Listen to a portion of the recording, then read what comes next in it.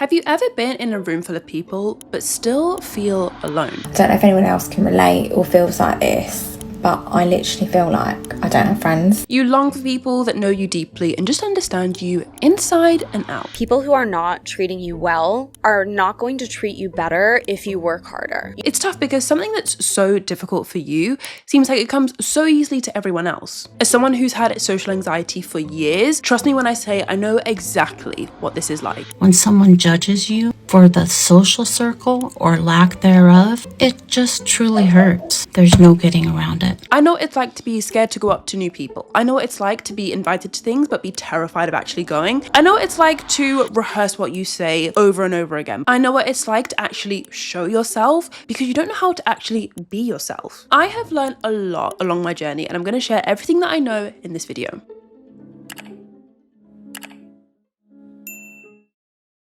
Hey, if you're new, I'm Christina and I make videos for people who are feeling lonely. If you're a people pleaser, overachiever, overthinker, over anything out there, then you are in the right place. I asked you guys exactly what you want to know about making friends and you did not disappoint. We're going to be touching on all things confidence, initiating conversations, going out your comfort zone, where to meet new people, how to meet new people, how to be yourself. And trust me, as someone who has literally been the most socially anxious, crippling anxiety whenever I'm in a new group or at a new party, I don't know what to say. I don't know how to be myself. Trust me when I say I feel like I have a lot to share and I feel like from my own experience, hopefully I can share something that can help you too. First and foremost, one thing that is super important that I want to start off the video by saying, and that no amount of putting yourself out there and going to new events and signing up to Facebook groups, no amount of putting yourself out there can make up for low self-worth. When it comes to making friends, something that took me 23 years to learn is that your ability to make friends is actually tied to your self-worth. If you feel like you're not a valuable person, you'll probably struggle to make friends. What's important to bear in mind as well, friends means different things to different people. Friends to some people is you speak to the same people day in and day out and you guys all bitch about the same things, but you aren't necessarily all aligned on the same purpose and values. You guys gossip about people, you talk about people, you have stuff in common that you talk about, but when it comes to where you want to be in 10 years, you and this group of people don't actually align. Or friends to other people is, oh yeah, I talk to this person maybe twice a year and we get along so well. We are literally the same person. We're going in the same direction. We want to achieve the same things in life. I don't see them very often. Once every 6 months when I do see this person or we FaceTime, like we get along like a house on fire. That could also be friends. Before you start beating yourself up over the fact that you don't have any friends or no one likes you, which I know you probably say to yourself, because I said that to myself a lot. What do you even define as a friend? And I don't mean friend what everyone else has. You're just copying all the other girls who have a friendship group of 6, 7+ people and you want that too.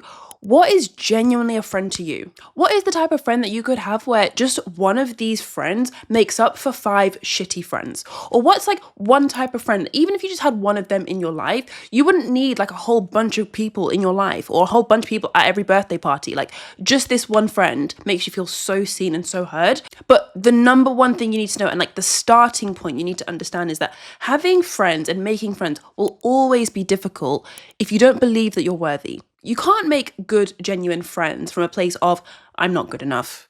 I'm not very cool. I'm not interesting. I'm so boring. I'm such a loser. No one likes me. Like if that's your constant mental dialogue, the friends that you make from that mental space are not going to be good and genuine friends. Just trust me. I've made that mistake. The number one thing you can do to make better friends is not even put yourself out there. It's just to believe that you have value. Because in my experience, what I found when I was very socially anxious and making friends from like a desperate place rather than like a genuine place, what I realized is, this is not how you become a friend. This is how you become an option. When people can visibly see that they're pushing your boundaries and you don't say anything or you don't speak up, they tend to think, oh, well, okay, sure, I want you around because sure, I can push you around. I can say things to you. I can get you to do things. I can cancel on you. You're not going to make a fuss. They want you around, but they're not going to be someone that they like choose. You're just going to be like an option on the side. You don't make friends by making people happy. You make friends by making yourself happy. If there's one thing you take away from this video, it needs to be this. People don't want you around because you're a yes man and you say yes to everything and you do everything that they want. The reason why your ultimate goal should be to make yourself happy and how this will attract friends like you have no idea how is because you sometimes think when you're lonely or when you don't have as many friends, or you don't have the friends that you want, you think, oh, I need to attract people. I need to go out there into the world and like go to certain events and join certain groups and so I can meet like-minded people. A really important thing you should also be doing is repelling people. Any magnet both attracts and repels. Imagine you had a group chat, right? You know, this is a group chat with all your future friends. Imagine in the future you've got a group chat, all people you love, all the people you want at your birthday party, all the people you want to like celebrate things with. Like, you love this group chat, you love these people. Imagine then your friends in the group chat start inviting anyone and everyone.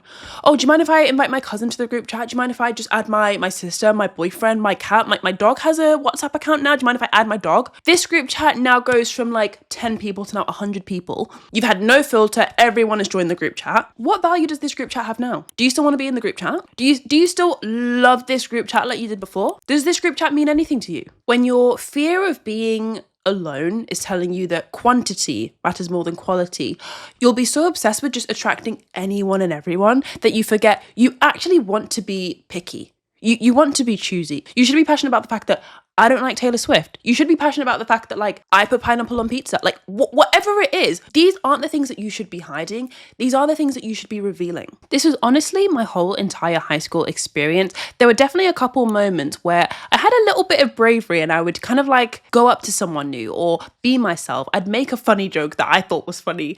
And you get that like very like heart-shattering moment when like you go up to someone and they like completely ignore you.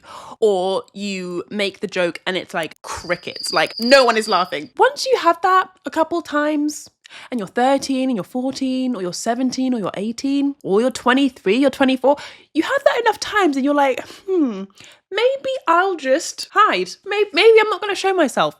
Maybe the world doesn't need to see all this. Maybe I'll just keep this to myself. Maybe I'll keep my best self, my honest self, my genuine self for myself. Maybe I'm not going to show anyone who I really am if this is the reaction I get. I mean, we're smart people. We're very quick to learn. You do things once or twice, 3 times, you learn, okay, this is what I'm going to hide and this is what I'll show. I get a good reaction when I put on the mask and pretend to be the really polite, docile, nice, always says yes, always going to help you girl or guy, and you do that, you get positive feedback, you're like, oh, I'll do this again. And then slowly over time, you start to become a very good actress. You don't even realize you're acting. It almost feels like this is really who you are. My advice for anyone that's using shyness to kind of protect themselves and they've slowly learned to hide their true selves because of like horrible people that have made them feel like they're small or made them feel like they're not good enough. All this is avoidance behaviors. Avoidance behavior is something I've spoken about a couple times in my videos, and there's something that I find really interesting in psychology. Essentially, when you are living your life, you're going about, you're minding your own business, and you get kind of a negative response. Say someone gives you a weird look when you kind of like laugh in a funny way. Maybe you have like a really unique laugh. You know those people that their laugh is just kind of like, their laugh would make you laugh. And you have your laugh, you get a funny look. You're a human, you're super smart. You're gonna learn like, oof, okay, this laugh gets a negative reaction. I'm not gonna laugh like that anymore. So you then start to avoid that behavior. And the thing about avoidance behaviors is you feel super safe when you do it. Like you feel like that relief when you send the message and say like, I can't come, I'm feeling sick. Like I can't come to the party. It's like, oh, thank God, such a relief. But then the next time you get invited to a party, it comes up all over again. So your avoidance behavior gets stronger, but you don't get stronger. You get really good at making excuses. You get really good at avoiding eye contact, but you never get good at the thing that you actually genuinely want. And the way I like to think about it is kind of your avoidance behavior is kind of like a peanut allergy, or you think it's a peanut allergy. Someone with a true peanut allergy, from a medical doctor, someone that practices as a doctor, I can tell you, if someone has a true peanut allergy, you should not go anywhere near peanuts. Your life is on the line. You could have an anaphylactic reaction and literally your throat could swell up. You could stop breathing. And I'm not even joking when I say it could be like minutes before you die. Like it's such a serious allergy. Like we don't play about peanut allergies. So when you're a shy person, you think going up to someone and saying hi is a peanut allergy. You think texting this new person that you kind of think is quite cool and cute and you want to kind of get to know them, you think getting close to them is a peanut allergy. You think offending someone is a peanut allergy. Like what on earth is going to happen if I offend someone and I tell them no? What if I say I can't come? And what took me 23 years to learn is This isn't actually a peanut allergy. You just don't like peanuts. You are not allergic. This is not a life-threatening reaction. It feels like you're gonna die if someone asks you to help them out and you're like, I don't really have time for that. I'm too busy. My calendar's booked up all the way till Sunday. I don't have time. I hope you can find someone to help you, but wishing you all the best. Somewhere along the way, you realized, oh, I don't like peanuts. I don't like peanuts. I don't like peanuts. I don't like peanuts. And then slowly it became, I'm allergic to peanuts. I'm allergic to peanuts. And now you literally avoid this behavior like the plague. And the thing about social interaction is that if you're someone that genuinely craves social interaction, you crave having friends, you crave genuine connections, you've clicked on this video, I know you're someone that once you do start to do these things, you do all the things that you think you have a peanut allergy for, whether it's initiating the conversation, sending a text message, having eye contact. When you do all these things that you avoid so much, not only will the allergy get weaker, but you'll get stronger. But to round things off, you are avoiding certain behaviors. And I know they're scary. I know they're terrifying. But this is just a behavior. And you're a whole ass human being. Remember your worth and remember your value. People are immensely attracted to people that have high self-worth and have high self-value. Like I said at the start, nothing is more transformational for your social life than believing in yourself and believing in your value. And when it comes to protecting yourself with shyness and hiding who you are, I promise you, doing all these scary things and doing all these avoidance behaviors,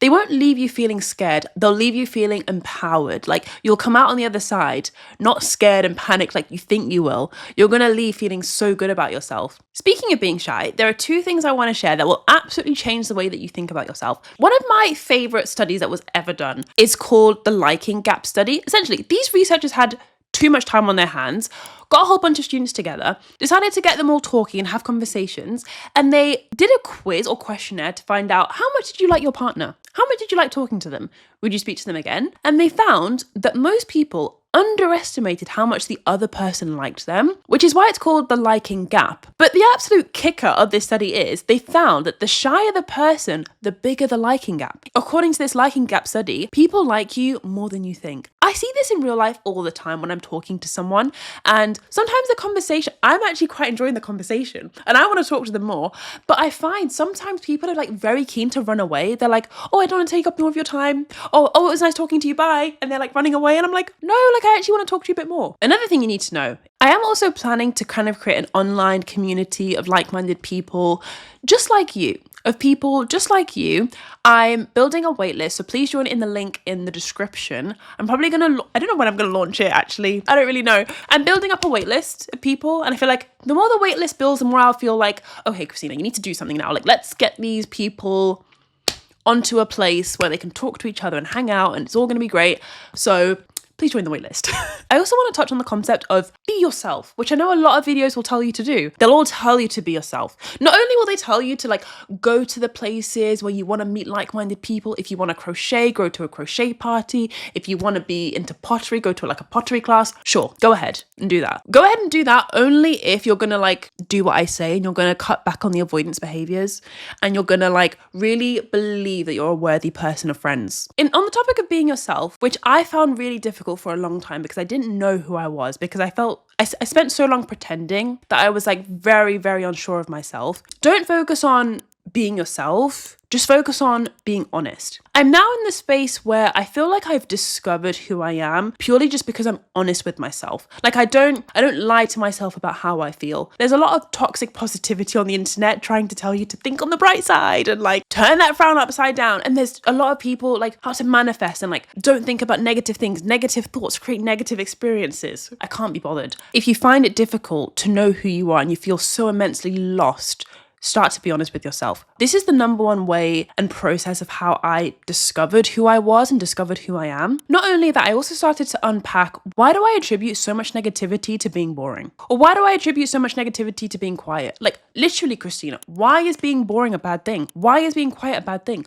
My life is pretty boring. I repeat the same week pretty much every week. A few things change here and there, people's birthdays or, Christmas is coming up. Like when you are honest with yourself, you might be surprised to learn that you've actually adopted other people's beliefs. Other people have told you that being boring is a bad thing. And what's surprising is you'll only start to realize this when you're honest with yourself. When it comes to meeting new people, you might also be wondering, but where do I find my people? Okay, Christina, I now know I need to believe in myself. I need to know that I'm someone of value. I need to know that being valuable and feeling valuable is one of the best things you can do for your social life. Okay, cool. But how do I meet my people now? Let's unpack. This was a very common thing I saw in your suggestions and in your comments about where to actually go, how to find your people. Like-minded people was a big one. The world is full of people. I don't think any of us struggle to meet people. I think it's like-minded people. And now I'm about to give some very counterintuitive advice. Are you ready? I think you don't need to go anywhere to meet like-minded people. I really don't. The reason why is you might be like, oh, but Christina, everyone around me is just not the vibe. Everyone around me is just so toxic and so negative. Trust me, I hear you. I work in the NHS. It is filled with toxicity and filled with negativity. I've not changed anything about my social dynamic. I don't go to any sort of communal places or any third spaces on a weekly basis.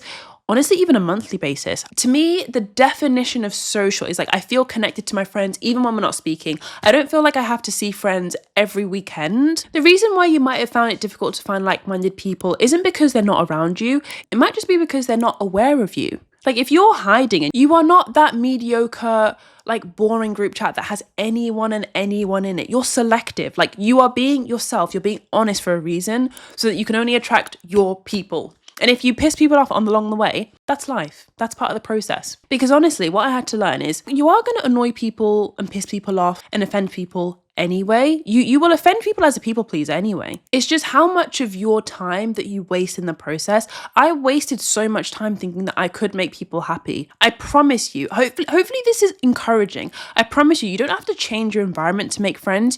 You just need to change your behaviors. Imagine you met someone else at your workplace or, in the areas you hang out, and you've met this person before a couple times. They weren't really your vibe, but like you guys just strike up a conversation at the water fountain, like you're filling up your cup or whatever. You guys kind of strike up a conversation and you realize like, oh, this person wasn't what I expected. They're actually quite interesting. Like we're actually a lot similar than I thought. We actually have a lot in common. Like we grew up in a really similar area. Like, oh my God, small world. You guys are interested in the same authors. Like you read similar books. Like, whoa, I didn't even expect you to be like that. Would you not be intrigued to like speak to that person more, get to know them, be friends with them? This is the same for you. You don't have to change your environment. What happens if someone that is already on your radar, you didn't even realize you could be good friends with because you weren't being genuine? If you enjoyed this video, you might enjoy my meeting the right person is a myth video. Sometimes as humans, we can be really optimistic about the people we want in our lives. And I was unpacking some of the toxic beliefs that we have about relationships and meeting new people, finding the right person, meeting the right person. And I talk about that and unpack it a lot more in this video. So if you enjoyed this one, you might enjoy that one too.